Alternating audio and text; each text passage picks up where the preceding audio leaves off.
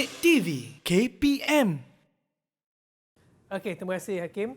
InsyaAllah pada segmen yang terakhir, segmen yang seterusnya, pada hari ini kita akan memberi fokus kepada mi'yar yang seterusnya, iaitu mi'yar memahami intisari ayat-ayat hafazan. Yang mana seperti mana saya terangkan sebelum ini, seseorang itu perlu mengenal pasti kalimah-kalimah pilihan, mufradat-mufradat yang baru mereka jumpa dalam ayat hafazan, dan seterusnya mengeluarkan intisari ayat-ayat hafazan. Dan dalam bentuk soalan fiqhul ayat ini, kita akan bertanya, sebutkan pemahaman anda tentang ayat berikut dalam bahasa Melayu. Bahasa Melayu Ya. Jangan guna bahasa Jepun ke, bahasa Melayu sahaja dibenarkan. Bahasa Melayu saja. Bahasa Inggeris ke apa, kita ada gabung jalinan, tetapi yang itu ada ekstra kurikulum. Okey. Tapi untuk hifzul Quran ni, fokusnya untuk mengeluarkan pemahaman dalam bahasa Melayu, dan mana kita menerima segala bentuk. Sebagai contoh pengalaman saya dalam surah An-Naml ni, ketika tasmik ni, murid menerangkan pada saya, kisah mengatakan bahawa ayat ni menceritakan bahawa kerajaan semut diperintah oleh raja perempuan. Dia maknanya kita, okey, ni ilmu baru. Dan begitu juga dalam satu ayat lain, murid menjawab bahawa dalam mengatakan bahawa ketika dibakar kullama badalna juludan ghairaha liyazuqul azab tu, ayat tu, ketika mana sampai dalam ayat tersebut, murid menjawab, ini adalah ayat yang menunjukkan bukti bahawa kulit merupakan reseptor pada kesakitan. Hebat. Jadi mana kita tidak menahan mereka. Kita kata, tak boleh kena ikut dalam Quran tu apa ya. Bukan gitu.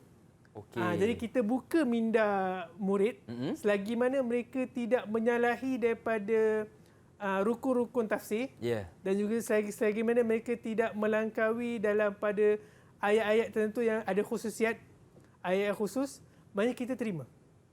Tapi kita nak mencambahkan ilmu, yang mana sehingga dikatakan Rasulullah dinyatakan oleh Sayyidina Umar. Minta maaf, Sayyidina Umar mengatakan, ajarlah anak kamu ilmu untuk zaman mereka. Okey, jadi kita teruskan. Boleh Ustaz, silakan. Okey. Secara umumnya, fiqh ayat dalam surah An-Naml ada 5 topik utama yang dibincangkan. Yang pertama sekali berkaitan dengan Bashir wa Nazir, yang berita kabar gembira kepada orang beriman dan peringatan kepada orang kafir. Yang mana dapat kita lihat daripada ayat 1 sehingga ayat 6 daripada surah An-Naml. Seterusnya juga, surah An-Naml menceritakan tentang kisah-kisah para nabi dan umat terdahulu. Yang mana dapat kita lihat dalam ayat 7 hingga ayat 58.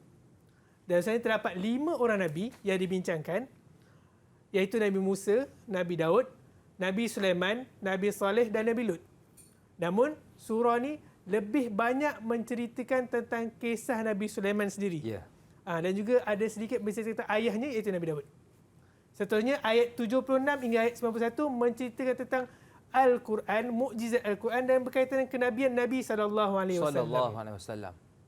Dan seterusnya, bukti kekuasaan Allah dan perintah kepada manusia untuk mensyukuri nikmat yang diberikan oleh Allah, yang mana dinyatakan dalam ayat 59 hingga ayat 66 daripada surah An-Naml. Yang terakhir sekali, surah An-Naml juga membincangkan tentang peristiwa hari kiamat, yang mana yang diceritakan dalam ayat 82 hingga ayat 90 dalam surah ini. Okey. Yang saya cerita tadi, surah An-Naml menceritakan tentang kisah Nabi Sulaiman. Jadi Hakim, apa yang Hakim tahu tentang mukjizat Nabi Sulaiman AS? Baik, antara mukjizat Nabi Sulaiman yang saya tahu ialah yang pertama Ustaz, Nabi Sulaiman dia boleh berbicara dengan semut. Itu yang pertama. Yang kedua, mempunyai kerajaan yang hebat. Betul ke Ustaz? Semut je ke? Semut dan juga binatang yang lain. Itu antara kelebihan Nabi Sulaiman lah. Betul Ustaz? Okey, betul. Berapa Ustaz markah yang saya dapat Ustaz? Saya boleh bagi markah 5 markah. 5 markah? Sebab dia melangkaui tu. Terima kasih Ustaz. Sebab dalam peringkat tu orang kata aras tinggi tu soalan tu. Aras tinggi maknanya boleh mengeluarkan kesimpulan tu, maknanya bagi 5 markah, bagi lebih. Kalau jawapan begitu boleh diterima Ustaz? Boleh terima. Baik, terima kasih Ustaz. Okey, dia masuk dalam surah. Dan kalau kita dalam surah An-Naml ni, terdapat kisah Nabi Sulaiman AS. Okey, kisah Nabi Sulaiman. Di dalam surah An-Naml ni terdapat 4 kisah yang utama berkaitan kisah Nabi Sulaiman AS. Yang pertama sekali iaitu anugerah Allah kepada Nabi Daud, iaitu ayah kepada Nabi Sulaiman, dan juga kepada Nabi Sulaiman AS. cerita ini mukjizat-mukjizat ini dan anugerah-anugerah ini diceritakan dalam ayat 15 hingga ayat 19. Kita akan bincang sebentar lagi. Dan seterusnya diceritakan juga kisah burung hudhud. Ini kalau kita tengok merupakan satu jalinan yang mana diambil dalam sastra-sastra Melayu. Kisah burung hudhud. Banyak diambil kisah sastra Melayu dan juga dalam ilmu-ilmu musikal. Dan seterusnya kisah Ratu Balqis yang diceritakan dalam ayat 29 hingga ayat 37. Dan seterusnya keunggulan pengetahuan Nabi Sulaiman yang diceritakan dalam ayat 38 hingga ayat 44 dalam surah An-Naml ini. Faham. Jadi Okey, ini mari plot ceritanya Ustaz. Kita perincikan. Boleh Ustaz? Dalam Al-Quran ni Allah bagi cerita dan mana dalam cerita tu ada pengajaran. Betul. Bagi pengajaran bagi kita. Kita tengok satu persatu. Ayat pertama sekali. Apakah kelebihan diberikan oleh Allah kepada anugerah yang diberikan kepada Nabi Daud AS dan juga Nabi Sulaiman AS? Yang pertama sekali, Allah menggunakan ilmu pengetahuan kepada Nabi Daud dan Nabi Sulaiman, yang mana Nabi Sulaiman mewarisi kenabian dan kerajaan Nabi Daud AS. Kalau kita tengok, Nabi Daud juga mujizatnya memiliki kerajaan yang besar. Lalu Allah berikan kepada Nabi Sulaiman, yang mana doa yang dibacakan oleh Nabi Sulaiman, Ya Allah, berikanlah aku kerajaan yang mana kau tak pernah berikan kepada siapa pun pada dunia. Subhanallah. Lalu diberikan pada Nabi Sulaiman AS kerajaan yang mana jin di bawah kuasa Nabi Sulaiman. Betul. Angin di bawah kuasa Nabi Sulaiman. Ifrit di bawah kuasa Nabi Sulaiman. Burung-burung dan juga segala binatang di bawah kerajaan Nabi Sulaiman AS. Dan sebenarnya Allah memberikan kelebihan pada Nabi Sulaiman AS. Nabi Sulaiman boleh memahami bahasa pertuturan burung. Okey, kalau Hakim tengok di sini, ayat mana yang menceritakan Nabi Sulaiman memahami bahasa pertuturan burung ni? Ayat bermula 20, betul ke Ustaz? Ayat 20. Wa tafaqqada at-tayr faqa. Itu dah hudhudah. Bukan? Yang mana Ustaz Ayat 16. Mantiqat tair. Ayat 16. Ini berkenaan Nabi berbicara dengan burung. Dan ni wa warisa Sulaiman Daud, Nabi Sulaiman mewarisi Nabi Daud. Lalu berkata Nabi Sulaiman pada manusia, ya ayuhan nas, sesungguhnya aku diajar. Ulimna. Ini betapa tawaduk seorang Nabi. Ulimna, aku diajar mantiqat tair, ilmu bercakap bahasa burung. Bahasa burung. Itu antara kelebihan dia. Ada dia kata dia anugerah bala tentera daripada kalangan jin dan manusia.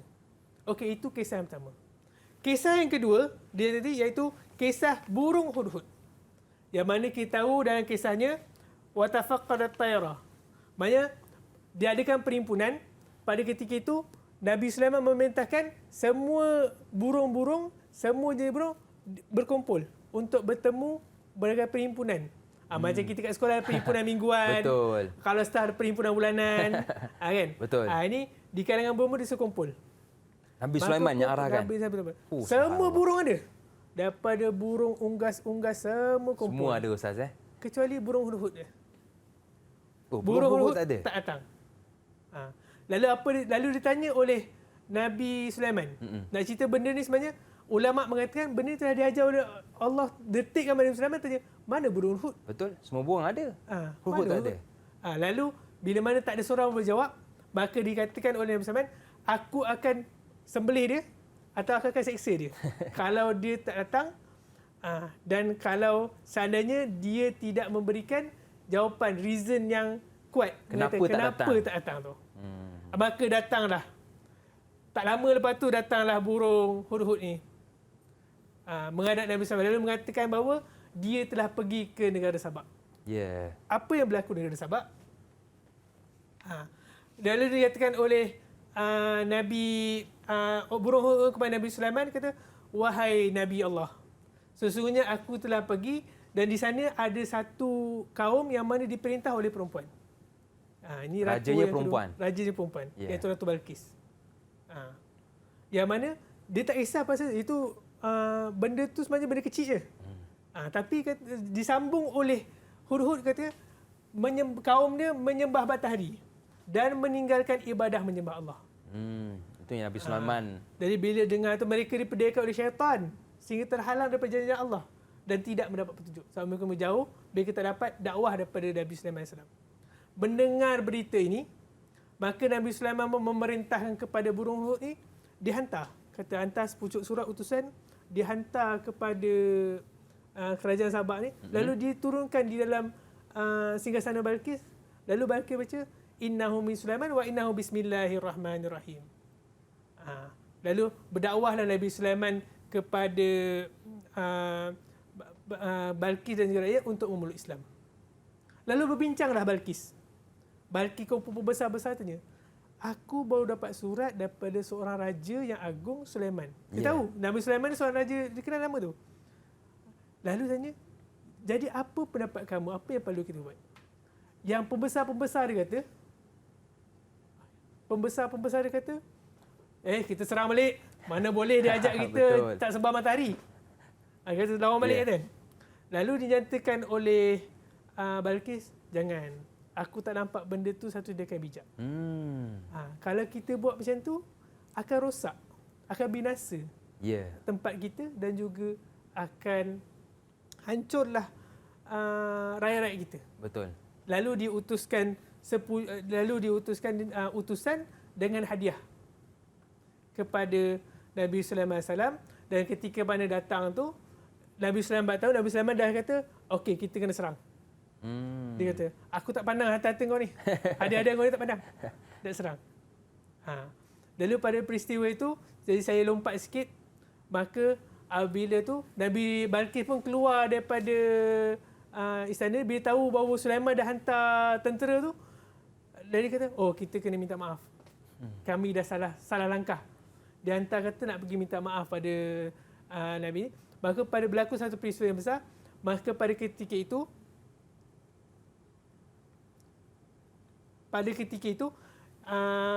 Nabi Sulaiman bertanya pada semua rakyat-rakyat dia ketika itu, di bawah kuasaannya, siapa yang boleh pindahkan istana Balqis ke sini sebelum Balqis sampai sini.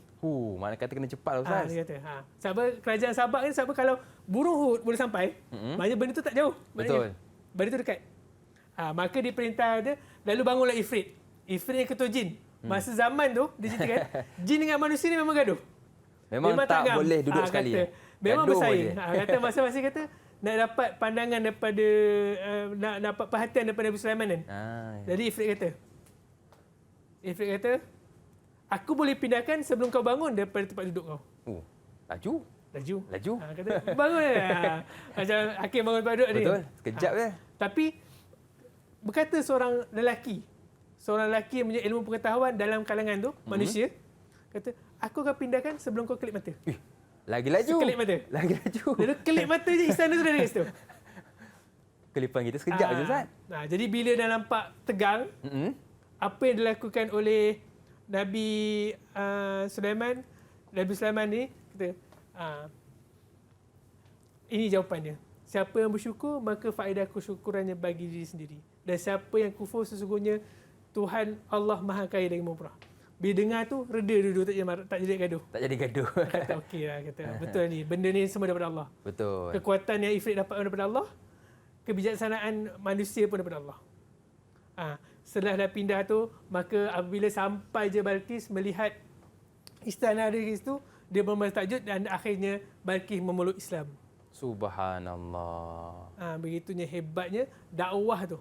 Betul. Dakwah tu pelbagai, dakwah toleransi dan dakwah bahasa. Pada boleh je, sampai-sampai je, kau lambat, bunuh. Betul. Hud boleh tu. serang aja kan. Okay. Tapi tak lakukan. Apa yang dilakukan oleh ketika mana Hud datang, burung Hud sampai tu, tak terus bunuh. Kau tahu bunuh lah. Tak ada. Tanya dulu, kenapa? Itu yang berlaku. Okey, baik. Jadi itulah kelembutan dakwah Nabi Sulaiman yang membuatkan Ratu Balqis masuk ke dalam agama Islam. Baik Ustaz, kita nak berehat seketika, boleh ke Ustaz? Boleh. Baik, jangan ke mana-mana, teruskan bersama dengan kami pastinya dalam slot menengah atas. Didik TV KPM